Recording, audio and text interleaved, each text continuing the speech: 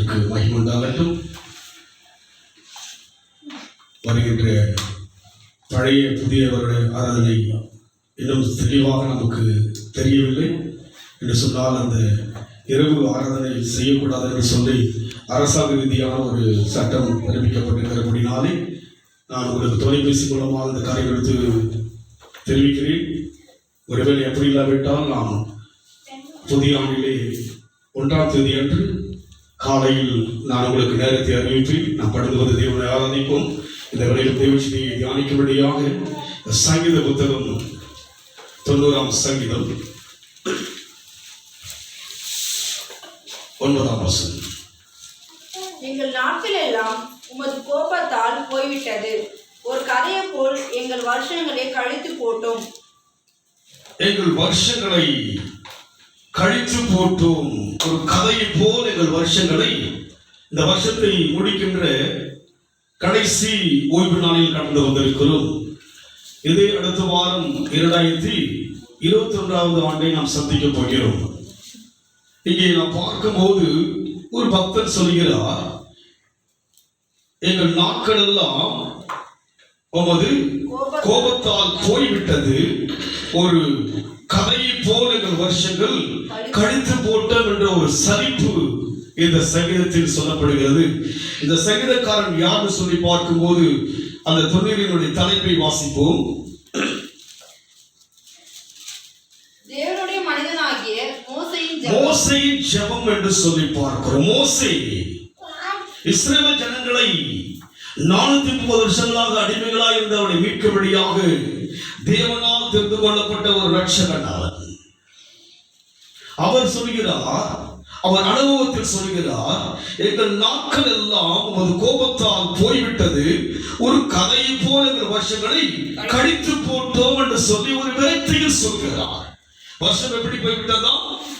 ஒரு கதையை போல, அர்த்தம் இல்லாமல், எடுத்துக்காட்டில்லாமல் அவருடைய வருஷங்கள் அவர் கோபத்தினால் ஒரு சாதாரண ஒரு கதை போல.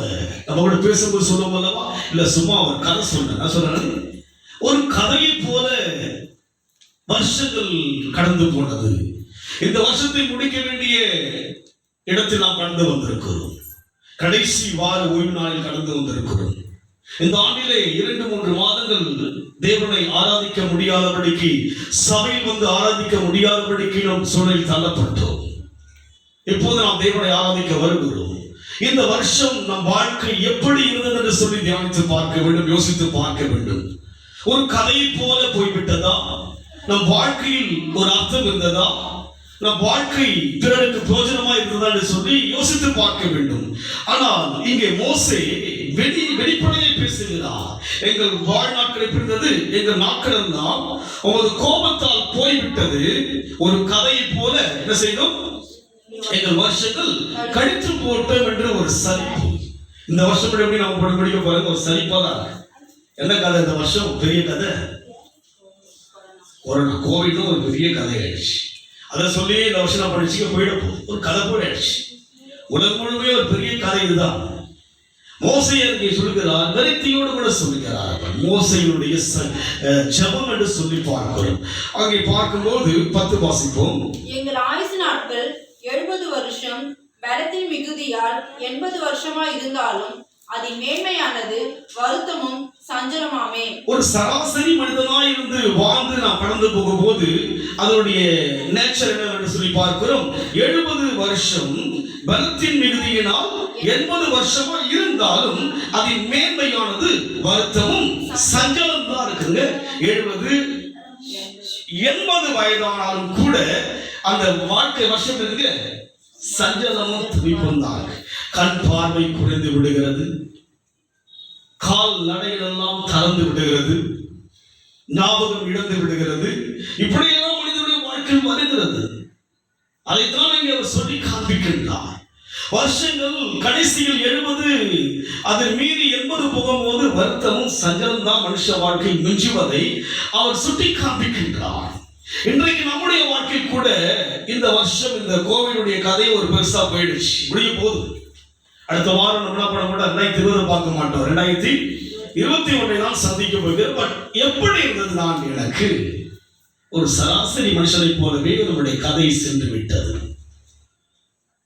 நம்முடைய கதைக்கு, நம்முடைய வாழ்க்கைக்கு அர்த்தம் இல்லாமல் சென்று விட்டது.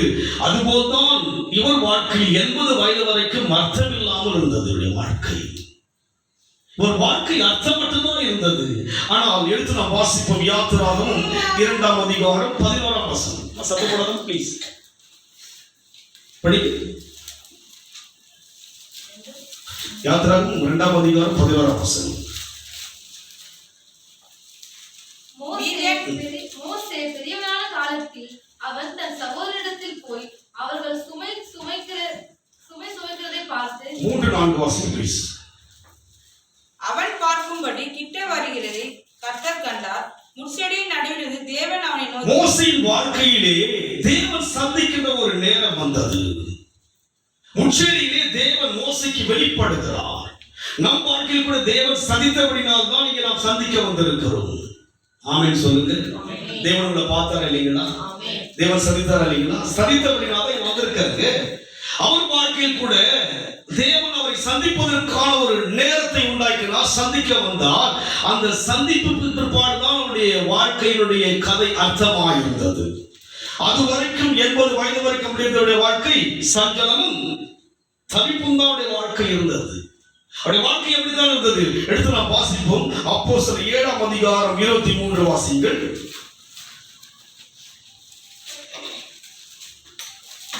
ஜீசஸ். அவனுக்கு 40 வயதான போது எவனுக்கு?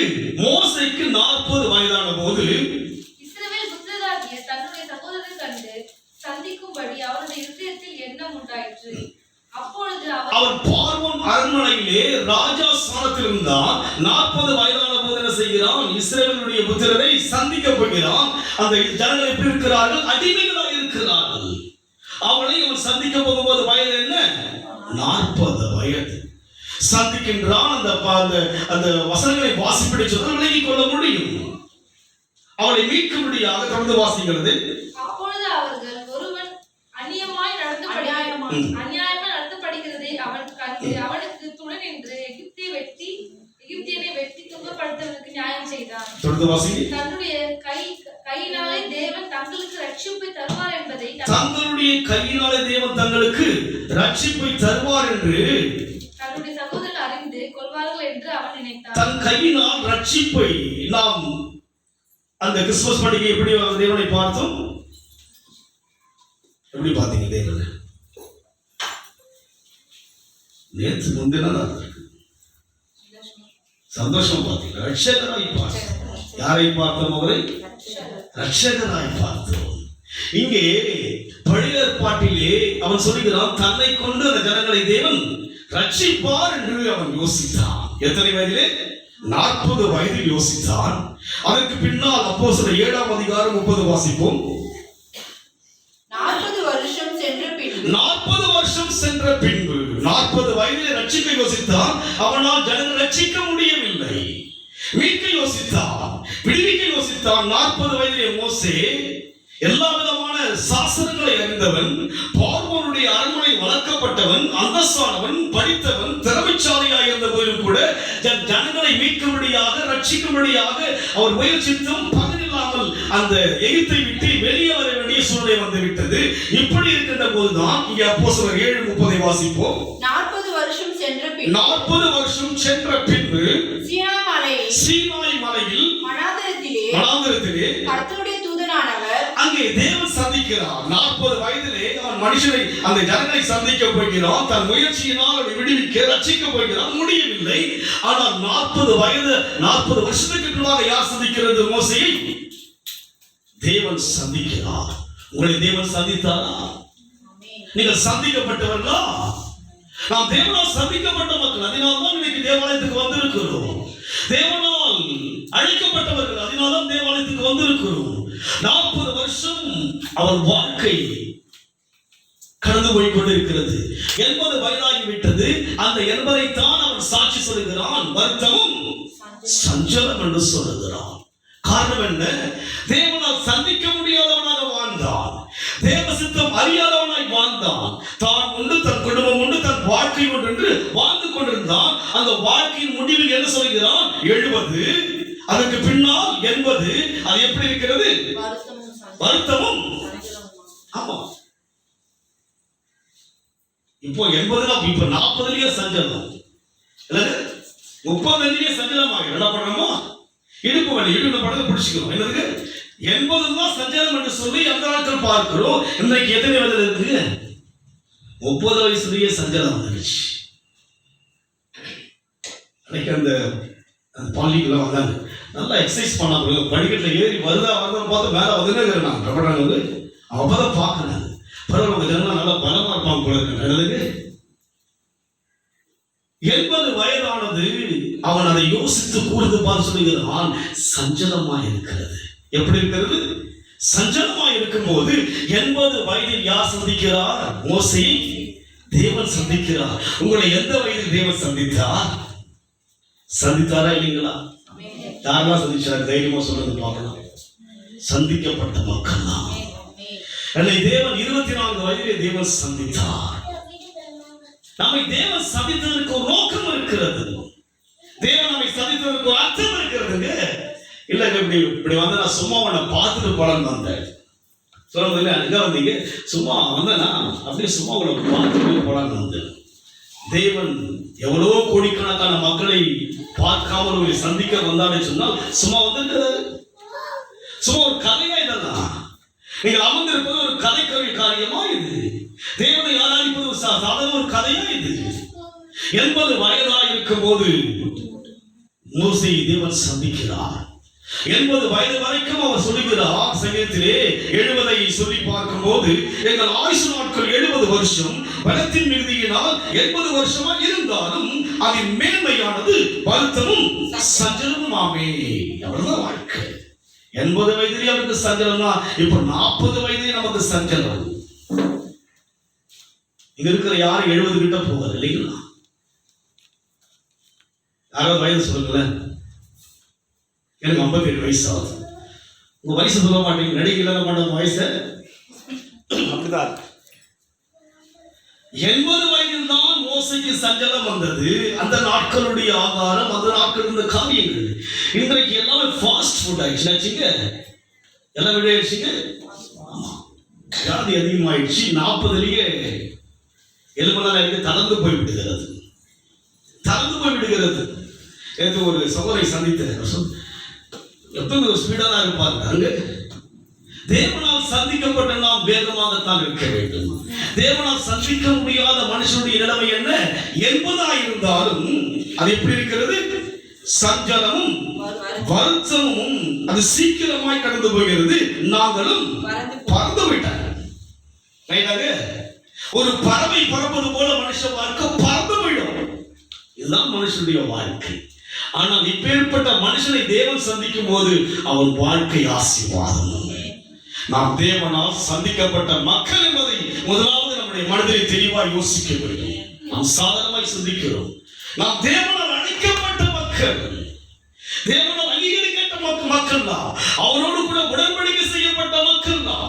அவரை அப்பா என்று கூப்பிடத்தக்கதான அதிகாரம் பெற்ற மக்கள் தான்.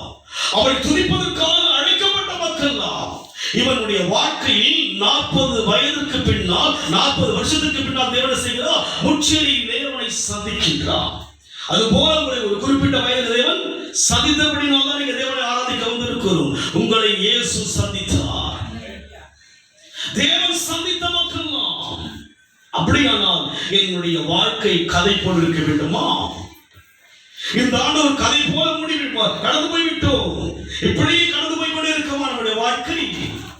ஏதோ வரோம் போறோம், கிறிஸ்துவ ஆராதிக்கிறோம், அவ்வளவுதான். நானும் வீட்டாரும் என்றால் இந்த வருஷம் முடிக்க போறீங்க. இன்னும் 4-5 நாட்கள் இருக்கிறது. நீங்க உட்கார்ந்து யோசிச்சு பாருங்க. உபவாசோட உட்கார்ந்து யோசிச்சு பாருங்க. இந்த வருஷம் நாம் தேவனுக்காக என்ன செய்தோம்? அவர் நமக்காக எவ்வளவு செய்தாரே? பாதுகாத்தார் அல்லவா? பராமரித்தார் அல்லவா? ரட்சகர் நம்ம யாரா இருக்கிறார்? ரட்சகர் நம்மை விடுவிக்கிறவர், ரட்சகர் நம்மை பாதுகாக்கிறவர், ரட்சகர் நம்மை பராமரிக்கிறவராய் இருந்தாரே. அவர் இவ்வளவு இருந்தாரே. முடிக்க போகிறேன் நான். என் கதை எப்படி இருந்தது? என் வாழ்க்கை தேவனுக்கு எப்படி இருந்தது? என் வாழ்க்கை பிறருக்கு எப்படி இருந்தது?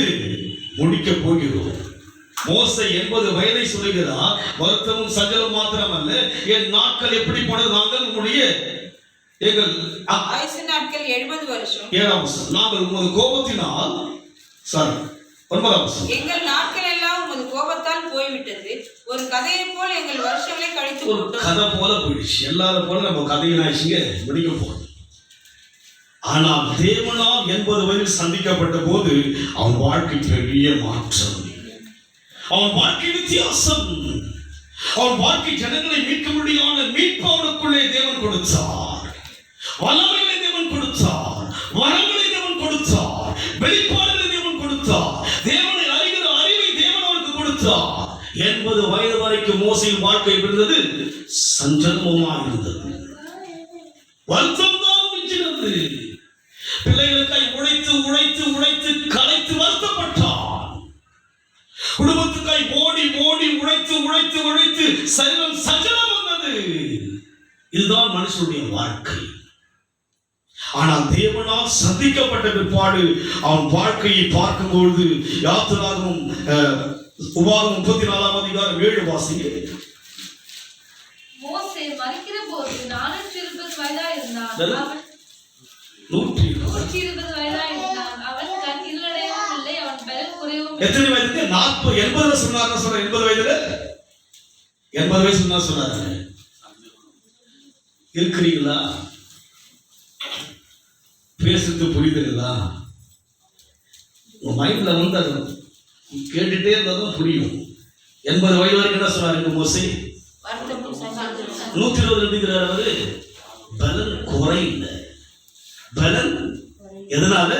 தேவனால் சந்திக்கப்பட்டு, தேவனால் அழைக்கப்பட்டு, தேவனால் உருவாக்கப்பட்டு, தேவனுக்காக வாழ்ந்தபடியினாலே 80 வயசுல அவர் சொல்லிட்டாரு, சஞ்சலமா இருக்கு ஐயா, எலும்பெல்லாம் வலிக்குது, முதுகெல்லாம் வலிக்குது, இதெல்லாம் சொல்லிட்டு இருந்தவர் என்ன பண்ணாருங்க, 120 வயதுல வந்து அவர் இறக்கும் போது அவருடைய கண் இருளடையவில்லை. அதுலயே சொல்லுங்களேன், தேவனால் சந்திக்கப்பட்டு நீங்க சுகமாக இருக்கணும். தெரியுங்களா? சுகமா இருக்கணும். பிரியமானவனே, ஆத்துமா வாழ்ந்து போல எல்லாவற்றிலும் வாழ்ந்து சுகமாயிரு. அவர் தழும்புகளால் பாடிட்டோம். சுகமா இருக்கிறீங்களா? எல்லாம் சுகமா இருக்கிறீங்களா? பனினா பயப்படுங்க. நேற்று தூரம் போயிட்டு வர என்ன பண்ண குளிர்ல இல்லை, இதை விட எக்ஸ்ட்ரீமான குளிர் நான் பார்த்துட்டு, அந்த கிராமம் மாதிரி அந்த தோட்டமா ஃபுல்லா தோட்டம் தான் சைட்லாம். நைட்டு ஒரு 8 மணிக்கு வரேன், அவங்க கேட்குறாங்க. நான் சொல்லி இந்த பனி எல்லாத்தையும் என்ன பண்ணுங்க, காலை 6 மணிக்கு என்ன செய்யுது, நமக்கு பனி பெய்யுது, மெதுவா போகலாம். இந்த பெய்யுது. தேவ அழைப்பை பெற்ற நமக்கு 120 வயதிலே அவனுடைய கண் இருளடையவில்லை, நமக்கு பலன் குறைஞ்சி போச்சு. பனியை பார்க்கிறோம், மழையை பார்க்கிறோம், நேரத்தை பார்க்கிறோம், காலத்தை பார்க்கிறோம். ஏன்னா வீக்காது. அதுக்கு எப்படி இருக்கணுமோ சரீரத்துல சொல்லுங்க, எப்படி இருக்கீங்க? எழுந்துக்கவே முடியல, எனக்கு எழுந்துக்கவே. நீங்கள் தேவனால் அழைக்கப்பட்டதை மறந்துட்டீங்க. அன்றைக்கு மோசை எப்படி சந்தித்தாரோ அதுபோல் நம்ம தேவன் சந்தித்தார். ஒரு நாள் என்னை தேவன் சந்தித்தார். ஒரு ஓலை வீட்டுக்குள், ஒழுகிய வீட்டுக்குள் தேவனை சந்தித்தார். 24 வயதில் தேவன் சந்தித்தார். ஊழியத்துக்காக என்னை சந்தித்தார். 13 ஆண்டுகளுக்கு பின்னால் சந்தித்தார், ஊழியம் செய்யபடியாக. அதிலிருந்து இதுவரைக்கும் பிறந்தார். ஊழியத்துக்கு வருவதற்கு முன்பாக பலவீனம் இருக்கத்தான் செய்தது. ஜெபித்த போது பலத்தை கர்த்தர் கொடுத்தார். ஆனால் அவர் சந்தித்து அழைக்கப்பட்டு அவருடைய பணியை செய்யும் போது பலப்படுத்திக் கொண்டுதான் வருகிறார். மாம்சத்தில் பலவீனம் உண்டு. வேதம் சொல்கிறது, மாம்சம் பலவீனம் உள்ளதுதான், ஆவியோ ஆவியோ ஆவியோ உற்சாகம் உள்ளது. அதுக்கு வேத வாக்கியம் எல்லாம் தேவாவினால் அருளப்பட்டிருக்கிறபடினாலே இந்த வசனங்களை வாசிக்கும் போது, தியானிக்கும் போது, இதை யோசிக்கும் போது, இதை வாழ்க்கையில் செயல்படுத்தும் போது மாம்சம் பலவீனம் இருக்கத்தான் செய்யும். நான் பார்த்துருக்கேன். சின்ன ஒரு அடிப்பட்டாலே தாங்க முடியல. யோசித்து பார்த்தா ஒரு சின்ன ஒரு அடிப்பட்டாலே தாங்க முடியல. இவ்வளவு பெரிய சேதம் ஒரு காலை இடிச்சுனா பண்ணது தாங்க முடியும். பண்ணணும் யோசித்து பார்ப்போம். மாம்சம் தான் வீக் இருக்கதான் செய்கிறது. ஆனால் ஆவியோ உற்சாகம் உள்ளது. ஆவி என்று சொன்னால் வேத வசனம் எல்லாம் யாருடையது? தேவ ஆவி அருளப்பட்டபடினாலே இந்த வசனங்களை வாசிக்க வேண்டும். மனுஷனத்தில் சஞ்சலம் தான், வருத்தம் தான். ஆனால் தேவனால் 120 வயதாகும் போது அவனுடைய கண் ஈரடையவில்லை, குறையிலேயே. காரணம் என்ன? தேவனுக்காக அவனுடைய வாழ்க்கை வாழ்ந்தான். தனக்காய் வாழ்ந்து வந்தது என்று அவனுக்கு வாழ்க்கை. நாலு பூரா நின்று வேலை செய்யறீங்க. இப்ப தெரியாது வேலை, பின்னாடிதான் தெரியும். இப்பதான் தெரியாது நமக்கு. வேலை வேலை வேலை வேலை, வேலையினுடைய முடிவை பார்த்தீங்கன்னா தெரியும். சஞ்சலமும் இதுதான் நடக்கும். நினைக்காதீங்க, இதுதான் உலகத்துல சஞ்சலம் தான். அனுபவ ரீதியாக மோசே சொல்லுகிறார். மோசையினுடைய ஜெபம் அது. அந்த ஜெபத்தில் சொல்லுகிறார், என்னுடைய வருஷங்கள் எப்படி போச்சுங்க? 80 வருஷம் வரணும் வீணா போயிடுச்சு. எப்படி போயிடுச்சுங்க? பல வருஷம் வீணா போச்சு. இந்த 2020 பெருசா நம்ம 2020 பார்த்தா ஒண்ணுமே இல்லை. நான் நினைச்சோம் பெரியதுவா, நான் ஒரு வித்தியாசமா இருக்குன்னு நினைச்சோம். வித்தியாசமா பேசினாங்க, என்னவோ நடந்தது. ஒரு கதை போல பெரிய கதை. என்ன கதைங்க? இந்த கோவிட்ங்கிற ஒரு பெரிய கதை உலகம் முழுமையா பேசிட்டு அப்படியே போயிடுச்சு, முடிஞ்சு போச்சு. சராசரி மனுஷனை போலவே நம்முடைய வாழ்க்கை போயிடுச்சு. தேவனால் சந்திக்கப்பட்ட மக்கள் தான். யோசிங்க, அவரால் அழைக்கப்பட்ட மக்கள் தான். உம்மை அப்பான்னு கூப்பிட, உம்மை அப்பான்னு கூப்பிடுனா அந்த அப்பாவுடைய சாய் யாருக்கு இருக்கணும்? பிள்ளைக்கு இருக்கிற மாதிரி கூடாதுங்களா? உங்க பிள்ளைகளுடைய சாய் யார் மாதிரி தான் இருக்கணும்? சொல்லுங்க, உங்களை மாதிரி தான் இருக்கணும் இல்லைங்களா? அது போல அவர் அப்படி கூப்பிடுனா நான் யாரா இருந்து கூப்பிட முடியும்? நான் அவருடைய சுவிகார புத்திரன், அவருடைய பிள்ளையாக தான் கூப்பிட முடியும். அதனால் 80 வயது வரைக்கும் அவருடைய வாழ்க்கை சங்கடம் தான். அதற்கு பின்னால் தான் அவருடைய வாழ்க்கையிலே பெரிய மாற்றங்களை பார்க்கிறோம். இப்போது வரும் யாத்திராகமம் 4ஆம் அதிகாரம் 1 வசனம். அப்பொழுது மோசே, அவர்கள் என்னை நம்பார்கள், தேவன் சந்தித்த போது அவனுக்கு நம்பிக்கை இல்லை. இன்னைக்கு கூட உங்களுக்கு நல்லங்க நம்பிக்கை இருக்குங்களா? யாரும் சந்திச்ச நம்பிக்கை இருக்குங்களா? யாரெல்லாம் நம்பிக்கை இருக்கு இயேசுவை சந்தித்தார்? சொல்லுங்க, யாரெல்லாம் சொல்லுங்க. பயப்படுங்க, முதல்ல டான தூங்குனீங்க, யோசிக்க ஆரம்பிச்சிட்டீங்க. நீங்க அவனுக்கு நம்பிக்கை இல்லை. தேவன் சந்தித்தா என்னை உலகத்தில் அனுப்பினார் என்கிற நம்பிக்கை அவனுக்கு இல்லை. அது போல இதுவரைக்கும் நமக்கு என்ன இல்லைங்க? தேவன் சந்தித்ததான நம்பிக்கை நமக்கு இல்லை. நம்பா சொல்றான் படிக்கமாக மறுபடியும். அப்பொழுது மோசே அவர்கள் என்னை நம்பார்கள், என் வாக்குக்கு செவி கொடார்கள், நம்பார்கள். என்ன பண்ண மாட்டாங்க? தேவன் என்னை சந்தித்தா நான் விசுவாசித்தேன், அவருடைய ஊழியர்களை செய்ய ஆரம்பித்தேன். நம்பினபடியினாலே எவ்வளவு ஜனங்களை கர்த்தர் கொடுத்தார். சபை மாத்திரம் வந்து வெளியில் நூற்றுக்கணக்கான குடும்பங்களை தேவன் கொடுத்தார். எவ்வளவு படித்தவர்கள், மேன்மையான சார்ந்து இருக்கிற மக்களை தேவன் காரணம் என்ன? நம்பினேன். தேவ தரிசனத்தை பார்த்து நம்பினேன். இங்கே மோசே சொல்லுகிறார், நம்பார்கள் என்று சொல்கிறார். இன்றைக்கு நமக்கு என்னவில்லை? நம்பிக்கை இல்லாமல் இருக்கிறது. சூழ்நிலைகளை சொல்லிக் கொண்டிருக்கிறோம். அதே அதிகாரம் 10ஆம் வசனம் வாசிங்க. அப்பொழுது மோசே கர்த்தரை நோக்கி, ஆண்டவரே, இதற்கு முன்னாவது தேவரீர் உமது அடியனோடு பேசினதற்கு பின்னாவது நான் வாக்குக்கு வல்லவன் அல்ல, நான் திக்குவாயும் மந்தனாகும். சூழ்நிலையை சொல்கிறான். நம்ம என்ன பண்ணாங்க? இந்த வருஷம் சொல்லிட்டோம், கொரோனாவை சொல்லிட்டே காலத்து நம்மளோட கதை போல முடிஞ்சிச்சு. சூழ்நிலையை சொல்றது நம்முடைய கதை ஆயிடுச்சு. மற்ற இதுக்கெல்லாம் சூழ்நிலை பார்க்க மாட்டோம். அதெல்லாம் மீறி போயிடுவோம். சபையினாலும் சூழ்நிலை, ஆண்டவர் காரியம் சொன்னாங்க. அப்பதான் பண்ணுவோம், சிச்சுவேஷன் அப்பதான் மென்ஷன் பண்ணுவோம். மற்றதுக்கெல்லாம் சூழ்நிலையை தாண்டி போயிடுவேன் நான்.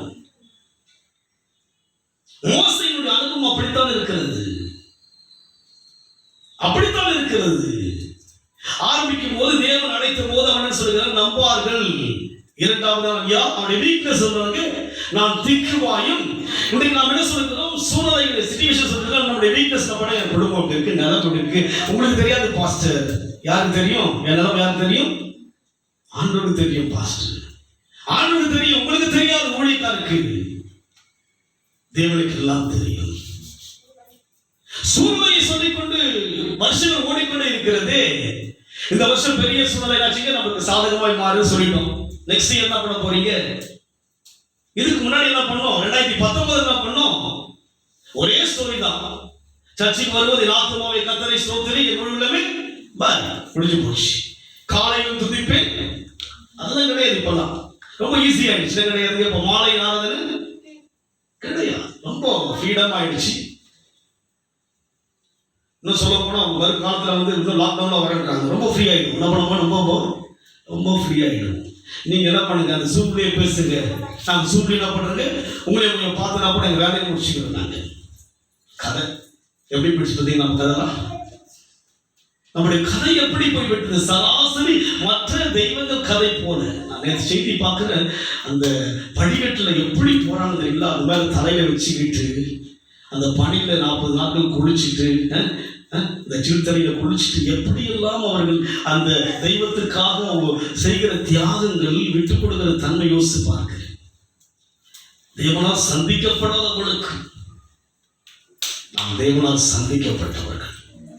மீட்பர் உயிரோடு இருக்கிறார். கிறிஸ்து நமக்காக உலகத்தில் ரட்சகராய் பிறந்தாரே. இப்பேற்பட்ட தெய்வத்தை வைத்துக் கொண்டு என்னுடைய வருஷங்கள் வீணாய் போகிறது. ஒரு கதையை போல போகிறது. மோசையினுடைய காரியங்கள் என்பதற்கு பின்னால் அவருடைய வாழ்க்கையை பார்க்கும்போது அநேகருக்கு பிரயோஜனமாக வேதத்தில் மோசையை குறித்து ஒரு புத்தகம் எழுதப்பட்டிருக்கிறது. மோசையின் மூலமாக தான் 5 ஆகமங்கள் எழுதப்பட்டதாம். ஆதியாகமும், யாத்திராகமும், லேவியராகமும், எண்ணாகமும். அந்த அத்தனை புத்தகத்தை யார் எழுதுறதா? மோசையின் மூலம் எழுதப்பட்டது. எப்போது எழுதப்பட்டது? 80 வயதுக்கு பின்னால். எழுத நம்முடைய கண் இருளடையவில்லை. 40 வருஷத்திலே பலத்தின் மேல் பலமடைந்தார். நீங்களும் நாம் தேவ சித்தம் செய்யும் போது பலமடைவோம். தெரிஞ்சுக்கீங்க, மருந்துகளை பலப்படுத்தாது, தேவ வார்த்தைகளை பலப்படுத்தும். வசனத்தை அனுப்பியவரை குணமாக்கினேன் சொல்லி பார்க்கிறோம். நமக்கு பலம் வேண்டுமா? தேவன் சதித்தார் என்ற ஒரு நம்பிக்கை இருக்கிறதா? தேவனுக்காய் வாழ்ந்து பாருங்கள். பலத்தின் மேல் பலமடைவோம். பவுல் சொல்கிறார், நான் பலவீனம் தான், என்னை பலப்படுத்துகிற கிறிஸ்துவினாலே எல்லாவற்றையும் செய்ய எனக்கு பலன் வேண்டும் என்று சொன்னால் நீங்கள் தேவனால் சந்திக்கப்படும் சொல்லி விசுவாசியுங்கள். தேவனுக்காக எதையாவது நாம் செய்ய வேண்டும். மோசே எழும்ப ஆரம்பித்தார். எத்தனை வயதிலே? 80 வயதிலே. 80 வரைக்கும் அவருடைய சரீரம் எப்படி இருந்தது? வருத்தமும் சஞ்சலம். ஆடு மனுஷன் அப்படி கூடினா படுப்பார். அப்படியே பாடு மனுஷன் அந்த பிறகு கூடி குறுகி போயிருப்பார். ஆனால் பார்வனுக்காக தேவனை போல் நின்றார். பார்வன் ராஜா திகைக்கும்படியாக தேவனை போல் நின்றார். மோசே சொல்கிறார், நான் பார்வனுக்கு உன்னை தேவனாய் வைப்பேன். ஆறும் வாயாயிருப்பான். கலங்கடிக்கப்பட்டார்கள். எகிப்தில் கலங்கடிக்கப்பட்டது. 80 வயது முதிர்ந்த தேவனால் சந்திக்கப்பட்ட மோசே போனபோது எகிப்து தேசமே நடுங்கினது. வல்லரசு நாடு அந்த நாட்களிலே உலக முழுமையாக காதலிக்க முடியாத நாடாயிருந்தது. ஒரு மனுஷன் தேவனால் சந்திக்கப்பட்ட திக்குவாய மந்தனா உள்ளவன், 80 வயதானவன் தேவனால் சந்திக்கப்பட்டு போனபோது எகிப்து கலங்கினது. இன்னைக்கு தேவ ஜனமாய் நம் வாழ்க்கை மூலமாக தேசத்தில் மாற்றம் வரும்படி தேவன் அழைத்திருக்கிறார். தேவனால் சந்திக்கப்பட்டவர்கள் தேசத்தில் மாற்றம் இல்லாவிட்டால் கூட குடும்பத்தில் மாற்றம் வரும்படியாக, சொந்தத்தில் மாற்றம் வரும்படியாக தேவன் அழைத்திருக்கிறார். அவர் அழைப்புக்கு நான் பாத்திரமாய் மாறும்போது என் சரீரத்தின் பலத்தை கர்த்தர் கொடுப்பார். 80 வயது அனுபவத்தில் சொல்கிறார், சஞ்சலமும் தவிப்பும். ஆனால் மரிக்கும் போது வேதம் சொல்கிறது, அவருடைய கண் இருளடையவில்லை, அவருடைய பலன் குறையவில்லை. காரணம் என்ன? தேவ சித்தத்தை செய்தார். இன்றைக்கு யார் சித்தம் செய்கிறோம்? நாம் விருப்ப பிரகாரமா வாழறோம். நமக்கு என்ன தோணுகிறோ அதான் நம்ம செய்யறது. நீ நடக்க வேண்டிய வழியை காட்டுகிறாரா? போதிக்கிறாரா? உண்மையின் கண்களை வைத்து சொல்லுகிறாரா? யோசித்து பாருங்கள். இன்று காலை நான் அந்த 2 முறை ஜெபித்த பிற்பாடு உடனே ஒரு சவுளை சந்திக்கும்படி எனக்குள் ஏறினார். நான் சந்தித்த போது அந்த மகனுக்குள் அவ்வளவு ஒரு ஆறுதல். நம்ம கர்த்தர் ஆறுதலை கொடுக்கும்படி அழைத்திருக்கிறார். அப்போது சொல்லுங்க, மற்றவங்களாம் போன்லயே பேசுறாங்க, நீங்க அங்கிருந்து இவ்வளவு வரீங்கள. நான் வரல, எனக்குள் இருக்கிற தேவன் நம்மை அனுப்பினார். நான் செய்ய முடியாது, எனக்குள் இருக்கிறவர் நல்லவர். என்ன சுபாவம் எனக்கு இருக்கிறது? எனக்கு கோபம், மூர்க்கம் எல்லாம் இருக்கும். எனக்குள் இருக்கிறவர் சாந்தமானவர். நம்மை சாந்தமாய் மாற்றுவார், நமக்கு பாரம் கொடுப்பார். 80 வயது வரைக்கும் இருந்தால் வாழ்க்கையில் பிரசன்னம் நிறைகிறது. தேவனால் சந்திக்கப்பட்ட பிற்பாடு அந்த ஜனங்களை மீட்கின்ற பாரம் வந்தது மோசைக்குள்ளாக. அந்த தானம் வந்தது. காரணம் என்ன? தேவனால் முச்செடியிலே சந்திக்கப்பட்டார். இன்றைக்கு வந்திருக்கிற நாம் தேவனால் சந்திக்கப்பட்டோம் என்பதை விசுவாசியுங்கள். இல்லாட்டி நம்ம வருஷம் தான் வீணா தான் போகும். அந்த வருஷம் பெரிய காரியம் செய்ய போற ஒண்ணே கிடையாது. ஸ்டில் இப்படிதான் இருக்க போறோம். நீங்கள் தேவனால் சந்திக்கப்பட்டவர்கள் என்று எப்போது எண்ணுகிறீர்களோ அப்போது நம்ம வாழ்க்கை மாறும். உங்கள் வாழ்க்கை மாறும். அதனால் இங்கே சொல்லப்பட்ட விடமாக மறுபடியும் வாசியுங்கள். நான் வாக்கு வல்லவன் அல்ல.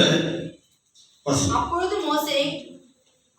மோசே அவர்களை நம்பார்கள், என் வாக்குக்கு அப்பொழுது மோசே கர்த்தரை நோக்கி, ஆண்டவரே, இதற்கு முன்னாவது தேவரீர் உமது அடியனோடு பேசினதற்கு பின்னாவது நான் வாக்கு வல்லவன் அல்ல, நான் திக்குவாயும் மந்தனாவும் உள்ளவன் என்றான். அப்பொழுது கர்த்தர் அவனை நோக்கி, மனுஷனுக்கு வாயை உண்டாக்கினவன் யார்? ஊமையையும் செவிடனையும் பார்வை உள்ளவனையும் குருடனையும் உண்டாக்கினவன் யார்? இங்க பார்க்க குருடனை உண்டாக்கினவர் யாருங்க? தேவன் தான். நீங்க குருடா இருக்கிறீங்க, நல்ல கண்ணை கொடுத்திருக்கிறாரு. உணவனை உண்டாக்கினவர் யார் தான்? நான் உணவனா இருக்கிறேன், நல்ல காலை கொடுத்திருக்கிறாரு, பேச வாய் கொடுத்திருக்கிறாரு. எதற்காக? அவரை நான் மகிமைப்படுத்த.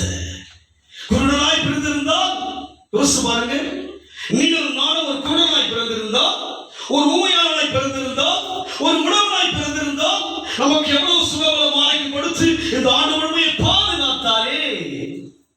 மற்ற ஜனங்களை விட்டு விடுங்கள். நீங்கள் தேவனால் சந்திக்கப்பட்டது என்பதை யோசித்து பாருங்கள். மற்றவர்களுக்கு இதை குறித்து பாரம் வேண்டாம். மோசே வாழ்க்கை 80 வயது வரைக்கும் பாரம் கிடையாது. அவன் உண்டு, அவன் வேலை உண்டு, அவன் குடும்பம் என்று வாழ்ந்தான். ஆனால் தேவனால் சந்திக்கப்பட்ட பிற்பாடு பெரிய மாற்றம். இங்க நீங்க தேவனால் சந்திக்கப்பட்டவங்க, மறந்துடாதீங்க.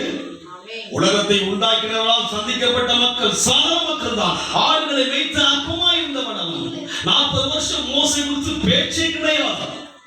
உங்கள் வாழ்க்கையில் கூட சமுதாயங்களை குறித்து பேசாமல் இருந்திருக்கலாம், யோசிக்காமல் இருந்திருக்கலாம், உங்களை அற்பமாய் இருந்திருக்கலாம். ஆனால் இந்த தேவனால் சந்திக்கப்பட்டவர் என்பதை யோசிக்கும் போது அவங்க வாழ்க்கையில மாற்றம் வரும். வாழ்க்கை அப்படிதான் யோசி. தேவனால் சந்திக்கப்பட்டபடினால்தான் இன்றைக்கு எவ்வளவோ காரியங்களை தேவன் செய்து கொண்டு வருகிறார். எவ்வளவோ தேவ ஜனங்களுக்கு ஆதரவு கொடுக்கக்கூடிய, தைரியம் கொடுக்கக்கூடிய, உருவாக்கக்கூடிய காரணம் என்ன? தேவனால் சந்திக்கப்பட்டபடினாலே. பலம் இதுவரைக்கும் தேவ கிருபையினால் தேவனால் சந்திக்கப்பட்டபடினாலே அதை வாழ்க்கையை, அதை தேவனுடைய அழைப்பை என்னுடைய வாழ்க்கையில் செய்கின்றபடினால் தான் பலத்தை கர்த்தர் கொடுக்கிறார். இந்த பலம் யாவருக்கும் கொடுப்பார். 120 வயதிலே அந்த பலம் இருந்தது. மரிக்கும் போது அவன் கண் இருளடையவில்லை, குறையில்லை. தேவ சித்தத்தை செய்தான். நீங்களும் நானும் தேவனுடைய சித்தத்தையும் தேவனுடைய காரியத்தை செய்யும் போது நீங்க பலமா இருப்பீங்க. தெரிஞ்சு தேவ சித்தம் செய்யாம நம்ம வாழ்க்கையில நம்ம இஷ்டமா வாழ்ந்தோம்னா அதனுடைய முடிவு எப்படிதான் இருக்கும்? 80 தாண்ட மாட்டோம். நம்ம பண்ண மாட்டேங்க. 80 சொல்லுங்களேன். எப்பவே நம்ம என்ன பண்ண மாட்டாங்க? யோசிச்சு பாருங்க, எவ்வளவு பலவீனம் நம்மை அழுத்துகிறது, எவ்வளவு மன உளைச்சல்களாக இருக்கு. யோசிச்சு பாருங்க, நம்முடைய வாழ்க்கையில் எவ்வளவு பாரம் இருக்கிறது. சரீரத்தில் அந்த ஒரு புது அந்த பலம் இல்லாமல் இருக்கிறவங்க ஏதோ ஒன்று என்ன பண்ணுங்க, அழுத்திக்கிட்டே இருக்கு இல்லைங்களா? ஏதோ ஒரு பலம் நம்ம அழுத்திக்கிட்டு காரணம் என்ன? அவருடைய சித்தம் தெரியல, நாம் யார் என்று நமக்கு தெரியாம இருக்கிறது. ஆனா மோசே அறியப்பட்டவனால் தான் இந்த சங்கத்தில் சொல்லுகிறார், என்னுடைய வாழ்க்கை எப்படி இருக்கிறது? 70 மிஞ்சினால் இப்ப இருக்கிறது சஞ்சலம் என்று சொல்லி பார்க்கிறோம். 12 வாசிகள். சொல்லுகிறாம் சங்கீதம். நாங்கள் ஞான இருதயம் உள்ளவர் ஆகும்படி எங்கள் நாட்களை என்னும் அறிவை எங்களுக்கு போதித்தரும். நாங்கள் ஞான இருதயம் உள்ளவர்களாகும்படி எங்கள் நாட்களை என்னும் அறிவை எங்களுக்கு போதித்தரும். அதுக்கு இந்த ஒவ்வொரு நாளும் என்னன்னு, இந்த நாள்ல நான் குடும்பத்துக்கு இதை செஞ்சேன், அவங்களுக்கு இதை செய்தேன், இவங்களுக்கு இதை செய்தேன், ஆண்டவருக்கு என்ன செஞ்சேன், என்ன பண்ணோம்? அவர் கேட்கிறா, நாங்கள் ஞான இருதயமுள்ளவாகும்படிக்கு எங்கள் நாட்களை என்னும் அறிவை எங்களுக்கு போதித்தரும். என்ன பண்ண? இன்னைக்கு நான் என்ன செஞ்சேன்? நம்மளா கூட எழுதுனா போடுங்க, இன்னைக்கு என்ன செய்யலாம், கீரை செய்யலாமா, மீன் செய்யலாமா, இதுதான் என்னது இன்னைக்கு எழுதுனா போடணுமோ என்றமா இல்லைங்களா? அங்க போலாமா இங்க போலாமா என்றமா இல்லைங்களா? சொல்லுங்க, ஆண்டவருக்காக என்ன செய்யறாங்க சொல்லுகிறா, ஞானம் உள்ள இருதயங்களுக்கு போதித்தருளும், நாட்களை எண்ணும் அறிவைகளுக்கு போதித்தருளும், நாட்களை எண்ணுங்க. இந்த வருஷம் எனக்கு ரொம்ப சந்தோஷம். எல்லா நாட்களும் தேவனை ஆராதிக்கும்படியாக, ஓய்வு நாளை தடையில்லாமல் ஆராதிக்கும்படியாக, நேரத்துக்கு வந்து ஆராதிக்கும்படியாக, மகிழ்ச்சியோடு ஆராதிக்கும்படியாக அந்த நாட்களை எண்ணும் போது மகிழ்ச்சியா இருக்கு. ஆமென் சொல்லுங்க. எண்ணி பாருங்க, இந்த வருஷம் ஓய்வு நாள் எப்படிலாம் வந்து நம்ம எப்படி தேவன் இடைப்பட்டார் எண்ணி பாருங்க. அங்க வரும்போது அந்த உறவை நீங்க எப்படி அனுபவிச்சீங்க எண்ணி பாருங்க. இந்த வருஷத்தை முடிக்க போற எண்ணி பாருங்க. நம்ம தேவனுக்காக என்ன செஞ்சோம், அப்பதான் மனசுக்கு திருப்தி வரும். நீங்கள் ஒருவருக்கு ஏதாவது செய்யும்போது திருப்தி வந்தாலீங்களா சொல்லுங்க. உங்க வீட்டுல கணவன் மனைவி இருக்கீங்க, ஒரு ட்ரெஸ் வாங்கி கொடுத்தா வருமா உங்களுக்கு? ஹஸ்பண்ட் வாங்கி தருமா உங்களுக்கு ட்ரெஸ்? வாங்கி கொடுப்பாரு. உனக்குமா வாங்கி கொடுத்து திருப்தியா இருக்கு இல்லையா? செய்யும்போது அதுக்கு சந்தோஷம்தான். என்னத்தை செஞ்சேன்னா அவனுக்கு என்னத்தை செஞ்சேன், அப்போ அவருக்கும் திருப்தி இல்லை, செய்யாம போனவர்களுக்கும் எனக்கும் திருப்தி இல்லை, அவருக்கும். யோசிச்சு பாருங்க. சாதாரண உறவு அல்ல அவர். தாயின் கருவிலே உருவாக்குன்னு தெரிந்து கொள்ளப்பட்டவர், சுவிகார புத்திரனாய் தெரிந்து கொண்டவர். இப்படியெல்லாம் நம்மை கத்த பேசின போதிலும் கூட வருஷத்திலிருந்து ஒரு கதை போல முடிக்க போறோம். இப்படியே முடிச்சுட்டு போனா சஞ்சலமும் தவிப்பும் நம்ம வாழ்க்கையில வரும். ஆமென் சொல்லுங்க. வசனத்தை ஏற்றுக்கொள்ளுங்க. மற்றவங்க யோசிக்காது, அவங்களுக்கு எல்லாம் சீக்கிரம் சரி, அவங்க இல்லையா அப்படி இல்லையா. வசனத்தை ஏற்றுக்கொள்ளுங்க. எல்லாருக்கும் பல அதெல்லாம் பார்க்காதீங்க. வசனம் என்ன சொல்லுகிறது, 80 வயது வரைக்கும் மோசேக்கு சஞ்சலமும் தவிப்பும் இருந்தது. 120 வயது ஆட்சியவருக்கு பலக்கூட இல்லை. காரணம் என்ன? தேவ சித்தம் செய்தால்தான் 40 வருஷம் ரகசியம். இன்னொரு வசனம் வாசிக்க, யோசுவாவின் புத்தகம் 14ஆம் அதிகாரம் 10ஆம் வசனம். அக்காலத்திலே யோசுவா திரும்பி ஆத்சோரை பிடித்து அதன் ராஜாவை பட்டயத்தினால் 14ஆம் அதிகாரம் 14. இப்போது இதோ கர்த்தர் சொன்னபடியே என்னை உயிரோடு காத்தார். இஸ்ரவேல் வனாந்தரத்தில் சஞ்சரிக்கையில் கர்த்தர் அந்த வார்த்தையை மோசேயோடு சொல்லி, இப்போது 45 வயது வருஷமாயிற்று. இதோ இன்று நான் 85 வயதுள்ளவன். மோசே என்னை அனுப்பிய நாளில் எனக்கு இருந்த இந்த பலன் இந்த நாள் வரைக்கும் எனக்கு இருக்கிறது. 45 வயதில் மோசே செய்கிறான். மோசேயுடைய அந்த திட்டத்தை செய்ய, தேவனுடைய திட்டம் செய்ய முடியாது. யோசுவா அனுப்புறார். எத்தனை வயசுல அனுப்புறாரு? 45 வயசுல அனுப்புறாரு. இப்ப என்ன வயசு ஆச்சு அவருக்கு? 85 வயசு ஆயிடுச்சு. அவங்க சொல்ல 45 வயதுல இருந்த அதே பலன் எப்படி இருக்குங்க? மோசே பார்த்தீங்களா எவ்வளவு உண்மை இருக்கு பார்த்தீங்களா? நினைக்கிறீங்க இதெல்லாம் ஒரு கதவுடன் பாஸ்ட், இவரை பார்க்க தான் போறவங்களோ ஒரு 3 வருஷத்துல பாரு இவர் என்ன பண்ணுவார் அப்படி நோக்கிட்டு வந்ததுக்கு கர்த்தர் பலப்படுத்துவார். அவர் செய்து அவருக்கு அது செஞ்சுட்டு போனா எனக்கு பலன் தாங்க.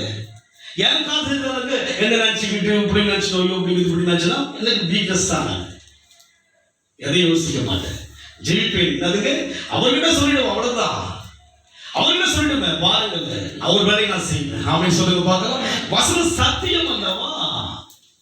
80 வயதிலே தனக்காக வாழ்ந்த மோசேக்கு சஞ்சலமும் தவிப்பும் வந்தது.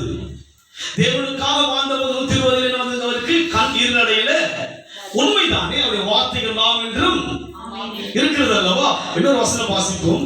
3ஆம் அதிகாரம், யாத்திராகமம் 3ஆம் அதிகாரம்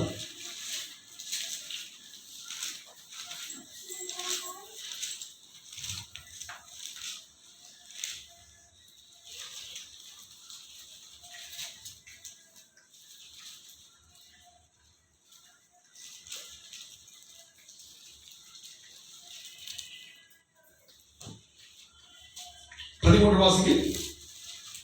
அப்பொழுது மோசே தேவனை நோக்கி, நான் இஸ்ரவேல் புத்திரரிடத்தில் போய் உங்கள் பிதாக்களுடைய தேவன் இடத்தில் என்னை அனுப்பினார் என்று அவர்களுக்கு சொல்லும்போது அவருடைய நாமம் என்ன என்று அவர்கள் என்னிடத்தில் கேட்டார். நான் அவர்களுக்கு என்ன சொல்லுவேன் என்றார். அதற்கு தேவன் இருக்கிறவராகவே இருக்கிறாங்க. மோசே கிட்ட இருந்த மாதிரி என்கிட்ட இருக்கிறார். ஆமென் சொல்லுங்க பார்க்கலாம். எப்படி இருக்கிறாரு சொல்றாரு, மோசே கிட்ட சொல்றாரு, இருக்கிற மாதிரி தான் இருக்காரு. எப்படி இருக்கிறான்னு நம்ம என்ன பண்ணுவோம், ஐயோ நீ மாறிட்டீங்க, இந்த மாதிரி இல்லையே, நீ யார் மாதிரி இல்லைங்க, ரொம்ப டோட்டலா மாறிட்டியே. ஆண்டவர் டோட்டலா மாறவே மாட்டார். ஆமென் சொல்லுங்க பார்க்கலாம். ஸ்டில் எப்படிதான் இருக்கிறாருங்க, அப்படிதான் இருக்கிறார். மோசே கிட்ட எப்படி அன்பு கூர்ந்தாரோ அது போல்தான் யார்கிட்ட, என்கிட்ட கூர்ந்தார். ஆமென் சொல்லுங்க. அதான் இருக்கிற மாதிரி தான் இருக்கிறேன், இருக்கிற மாதிரி இருக்கிறேன். ஆபிரகாமுக்கும் மோசேக்கும் பார்க்கும்போது ஏறக்குறைய ஒரு பல வருஷங்கள் ஆகிவிட்டது. 40 வருஷம் அடிமையா இருக்கிறாங்க. அதுக்கு முன்னாடி ஆபிரகாம் பிற்பாடு யாருங்க, ஆபிரகாம் பிற்பாடு யாரு, ஈசாக்கு. ஈசாக்கு பிற்பாடு யாரு, யாக்கோபு. யாக்கோபுக்கு எது பாருங்க 9 பிள்ளைகள் பார்க்கிறோம். அப்படியாக பார்க்கிறோம். இத்தனை வருஷமா போயிட்டு ஏறக்குறைய ஒரு 1000 வருஷத்துக்கு பிற்பாடு மோசையை பார்க்கிறாரு. சொல்றாரு, நான் இருக்கிற மாதிரி இருக்கிறேன். எப்படி இருக்கிறது, 3 வருஷம் முன்னாடி எப்படி இருந்தோம் நம்ம, இப்ப எப்படி இருக்கிறோம், டெவலப் ஆயிட்டோம். நான் என்ன பண்ண டெவலப் ஆயிட்டோம். அப்ப அந்த தாழ்வு வந்து இப்ப நினைச்சுக்கு கண்ணெல்லாம் மாறிடுச்சு, நினைச்சுக்கு கண்ணெல்லாம் நினைச்சுக்கு மாறிடுச்சு. இங்க இருக்கிற உருவம் போயிடுச்சு. பட் காட் எப்படி இருக்கிறாரு, அப்படியேதான் இருக்கு. அன்பு அன்புதான், மாறாது. வசனங்களை படிச்சு பாருங்க, தெய்வத்தன்மை. மோசே கேட்கிற அவன் நாமத்தை போய் என்னைய சொல்லுது, ஆபிரகாம் அழைத்தபடி எப்படி இருந்தாலும் அதே மாதிரி தான் இருக்கிறேன், நான் அதே மாதிரி தான் இருக்கிறேன். சங்கீதத்தில் வாசிக்கும் போது 90ஆம் சங்கீதம் 6ஆம் வசனம் வாசிக்க, அது காலையிலே முளைத்த 4 உமது பார்வைக்கு 1000 வருஷம் நேற்று கழிந்த நாள் போல. அவர் பார்வைக்கு ஒண்ணு இருக்கிற மாதிரி இருக்கிறாரு. அவர் பார்வைக்கு 1000 வருஷம் கூட இருக்க, ஒரு நாள் மாதிரி தான் இருக்கிறாரு. ஒரு நாள் போல நைட் இருந்து முடிஞ்ச மாதிரி 1000 வருஷம். அவருடைய கணக்கு எப்படி இருக்குது, இந்த வருஷம் ஒரு வருஷம் வந்தது அப்படி தடுமாற்றமா வந்து என்ன பண்றது, ஐயோ எப்படியோ வந்து சேர்ந்துட்டப்பா சர்ச்சுக்கு, எப்படியோ வந்து என்ன பண்றேன் நானு, ஐயோ வர முடியாது நினைச்சு எப்படியோ நான் பண்றேன் நானு. பெரிய சாதனை நம்ம இன்னைக்கு வந்தது பெரிய.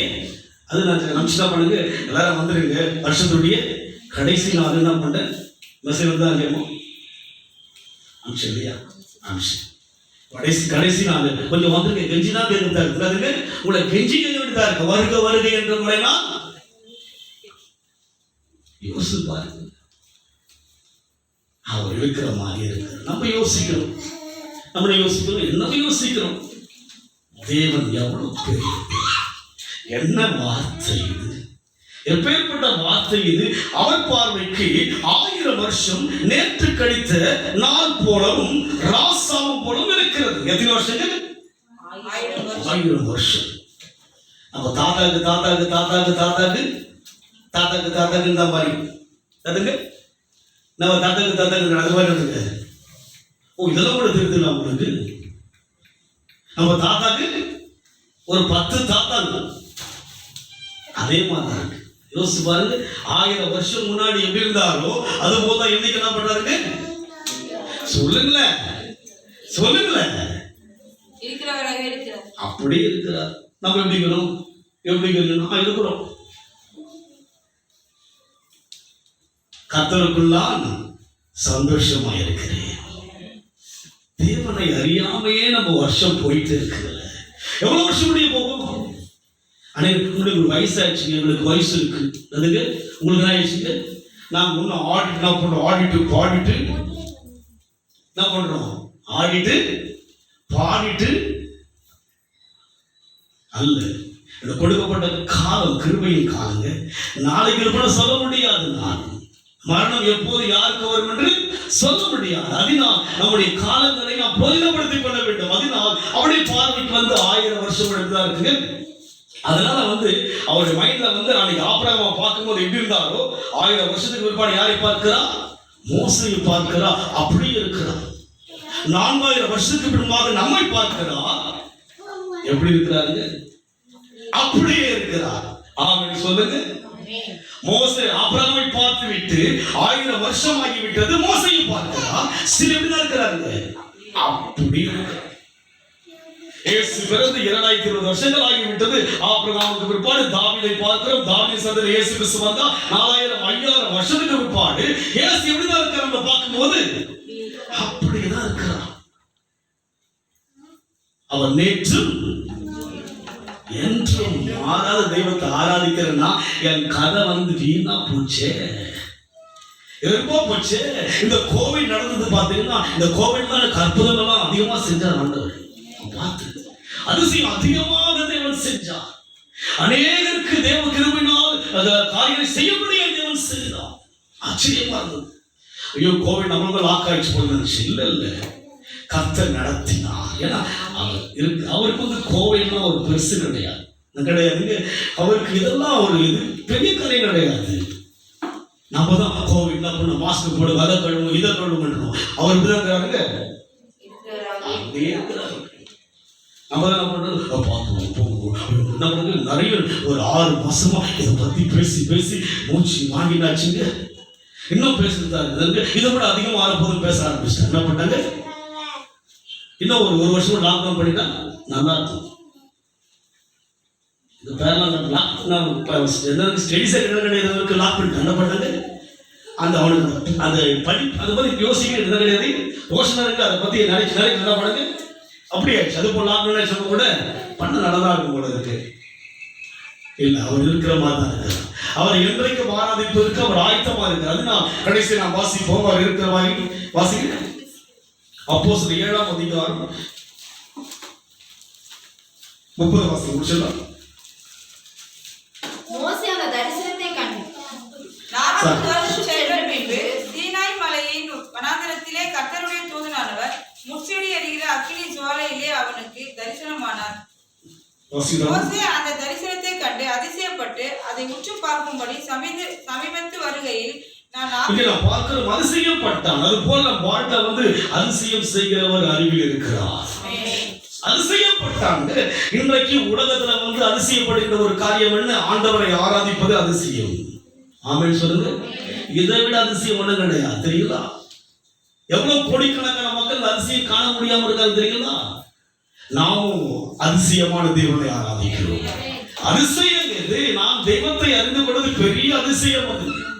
அதுங்க கிண்ண சிகரெட்ல அதிசயத்தை விட என்னங்க, நான் தேவனை கண்டது அதிசயம், நீங்கள் தேவனை கண்டது அதிசயம், அவர் உங்களை கண்டது அதை விட அதிசயம். அதனால் என் கதை அர்த்தமுள்ளதாக இருக்க வேண்டும். ஒரு கதையை போடக்கூடாதுங்க. இயேசு கிறிஸ்துவின் பிறப்பினுடைய விவரம் என்ன, எதற்கு பிறந்தார், அர்த்தத்தோடு பிறந்தார், உலகத்தை மீட்பதற்காய் பிறந்தார். அது போல நம் வாழ்க்கை பிடிக்கிறது அர்த்தம் உள்ளதா இருக்க வேண்டும். இந்த வருஷம் போக போது என்ன செய்ய போற யோசிச்சு பாருங்க. வருகின்ற ஆண்டு என்ன பிளான் பண்ண நினைக்கலாம். அவரை மீறி நம்ம வாழ்க்கையில அவரை விட்டுட்டு அவருடைய சித்தம் செய்யாம போனா சஞ்சலமும் வருத்தம் இருக்கும். இதை நம்ம அனுபவிச்சுதான் ஆகணும். அவருக்காக வாழும் போதுதான் மோசே அவருக்காய் வாழ்ந்தான். 120 அவருடைய கண் இருளடையவில்லை, அவருடைய பலம் குறையவில்லை. யோசுவா மோசையை பின்பற்றி அவர் சித்தத்தை தொடர்ந்து செய்யப்படியே கடந்து வந்த போது 45 வயதில் இருந்த பலன் 85 வயதில் இருக்கிறவருக்கு தெரியுங்களா. அப்ப நாம் பலமா இருக்கிற யாருக்காக வாழ வேண்டும் சொல்லுங்க. இல்ல, நான் வாழ்த்து பிள்ளைக்காக தான் வாழ வேண்டும். வாழுங்க, தவறு கிடையாது. அதை விட யாருக்காக வாழ வேண்டும், தேவனுக்காக. அந்த பாத்தீங்கன்னா மோசையோட கூட வராங்க பிள்ளைங்க மனைவிலாம், அவளை பத்தி பேச்சு கிடையாது, அவளை பத்தி கிடையாதுங்க. தேவ சித்தம் செய்வதற்காக தான் கர்த்தர் நம்மை தெரிந்து கொண்டார். நீங்க அவருக்காக வாழ்ந்தீங்கன்னா ஆட்டோமேட்டிக்கா உங்களுடைய தேவையெல்லாம் சந்திக்கப்படும், உங்க பிள்ளைங்களா நல்லா இருப்பாங்க. ஆமே சொல்லுங்க பார்க்கலாம். கர்த்தர் பார்த்துக் கொள்வார். அவருக்காக வாழும். அதனால் நான் கடைசியாக நான் சொல்லி முடிக்க வாஞ்சிக்கிறேன். எடுத்து மறுபடியும் சங்கீதம் 90ஆம் சங்கீதம்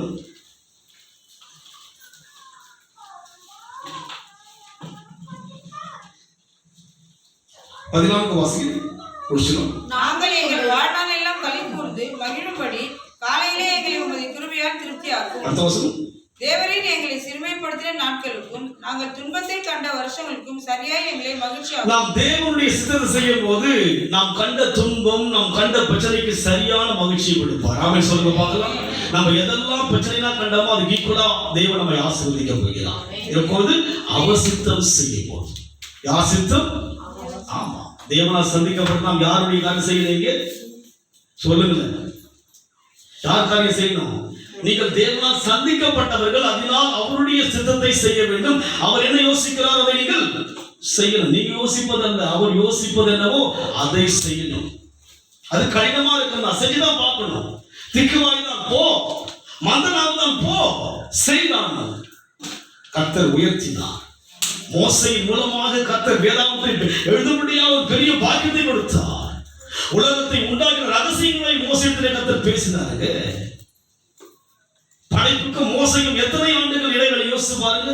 ஆதாமை படைத்த அந்த தேவன் மோசையிலே பேசுகிறார், நான் ஆதாமை மண்ணினால் உருவாக்கினேன், என் சுவாசத்தை அவனுக்குள் ஊதினேன், அவன் மூலமாக ஏவாளை உண்டாக்கினேன், இந்த உலகத்தை உண்டாக்கினேன் சொல்லி பேசுவதற்கு காரணம் என்ன?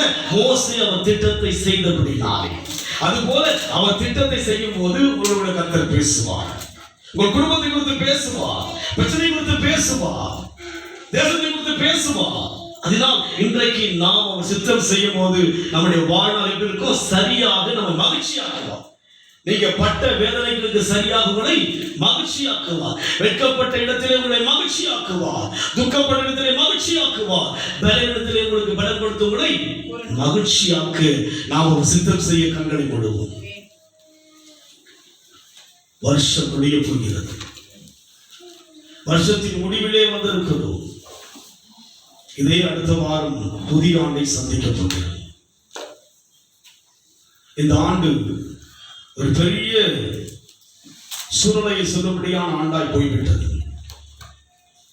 அதிலேயும் தேவனுக்காக எவ்வளவு மக்கள் வாழ்ந்திருப்பார்கள் என்பது நமக்கு தெரியாது. எலியா சரித்து சொல்லுகிறான், நான் தான் இருக்கிறேன், அல்ல 7000 பேர் வைராக்கியமா இருப்பதாக தேவன் சொல்லுகிறார். நம்ம சரிச்சுட்டு இந்த வருஷத்தை, ஆனா எவ்வளவோ ஜனங்கள் தேவனுக்காக இந்த பிரச்சனையான காலத்தில் கூட தேவனுக்கு பயனுள்ள பாத்திரமாக, தேவன் பயன்படுத்துகிற பாத்திரமாக வாழ்ந்திருப்பாங்க. தெரியுமா? வாழ்ந்திருக்கிறாங்க. நமக்கு தெரியாது. நாம் தான் ஒரு கதை போல சொல்லிட்டோம், கதை போல முடிஞ்சிச்சு. ஆனா எவ்வளவோ ஜனங்கள் இந்த நோயினுடைய காலத்தில் கூட தேவனுக்கு மிகுந்த பிரயோஜனமாக இருந்திருக்கிறாங்க. இந்த ஆண்டு போனாலும் வருகின்ற ஆண்டை யோசித்து பாருங்கள். இந்த 4 நாட்கள் அமைதலாக யோசித்து பாருங்கள். தீர்மானம் பண்ணுங்க. வருகின்ற காலங்களில் நான் தேவனால் அழைக்கப்பட்டவன், சந்திக்கப்பட்டவன். வேற யாருக்கும் இந்த வாய்ப்பு கிடைக்கல, வேற யாருக்கும் இந்த கிருபை கிடைக்கல. நீங்க தேவனால் அந்த சராசரங்களை உருவாக்கின கர்த்தரால் சந்திக்கப்பட்டு அவர்களை பார்த்து கொண்டிருக்கிறார். அவருக்காக எழுந்து அவர் காரியம் செய்ய ஒப்புக் கொடுப்போம். சஞ்சலம் இல்லாமல், பலவீனம் இல்லாமல் பலப்படுத்த வல்லவர் அவர். 80 வருஷம் சஞ்சலமாக மோசைக்கு இருந்தது. தேவ கட்டளையை பெற்று யோசுவா வந்தபோது 45 வயது. 80 வருஷம் 40 வருஷங்கள் அந்த பணியை செய்து 85 வயதில் அவர் சொல்கிறார், 45 வயசுல இருந்து அந்த பலன் இருந்தது. நாம் பலமா இருக்க முடியும். நம்மை பலப்படுத்த கிறிஸ்துவினாலே எல்லாவற்றையும் செய்ய முடியும். தலைவன் இருந்தாலும் கூட வசனங்களை நீங்க தியானிக்கும் போது ஆட்டோமேட்டிக்கா நமக்குள்ள பலம் வரும். ரகசியம். இந்த அனுபவத்தில் ஒருவேளை இந்த ஆண்டு நாம் செயல்படாவிட்டாலும் வருகிற நாட்கள் தீர்மானம் செய்வோம். புதிய ஆண்டில் நாம் செய்வதற்கு நாம் ஒப்புக் கொடுப்போம். தேவன் நடத்துக, ஆசீர்வதிங்க. இயேசுவின் நாமத்தில் பிதாவே, ஆமென்.